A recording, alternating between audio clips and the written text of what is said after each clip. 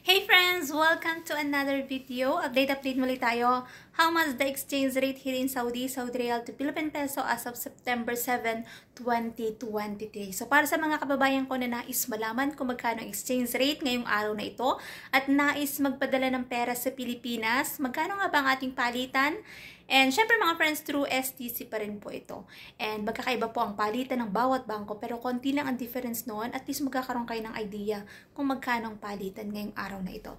And syempre para sa mga kababayan ko na nais magpadala ng pera sa Pilipinas, matutuwa kayo mga friends kasi mataas pa rin ang exchange rate. Pero batid natin mga friends pag mataas ang exchange rate, bagsak ang peso. Meaning mataas ang bilihin sa Pilipinas.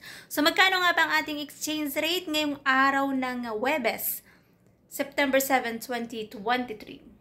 Update natin mga friends, 1 real equivalent ng 15.14 pesos. Yan po ang ating update today. So para sa mga kababayan ko na nais magpadala ng pera sa Pilipinas, yan po ang ating exchange rate ngayong araw na ito. Syempre pag nagpapadala po tayo ng pera sa Pilipinas, meron po tayong binabayaran na transfer fee at meron din po yung VAT. So sana nakatulong tong video ito, especially para sa mga kababayan ko na nais magpadala ng pera. And lagi pa rin po natin tandaan mga friends na matuto tayong mag-ipon, magtipid at matuto rin tayong mag-invest kasi nga hindi madaling magtrabaho sa ibang bansa, hindi madaling kitain ng pera dito. So talagang pinaghihirapan, nagtsatsaga tayo kahit na gaano kahirap at lalong humihirap siya dahil malayo tayo sa ating mga mahal sa buhay. Pero ganun pa man, nagtitiis tayo. Kaya matuto tayong mag-ipon mga friends, mag-save para alam niyo, para makapag-for good na tayo, makauwi na tayo ng Pilipinas at makasama natin ang ating mga pamilya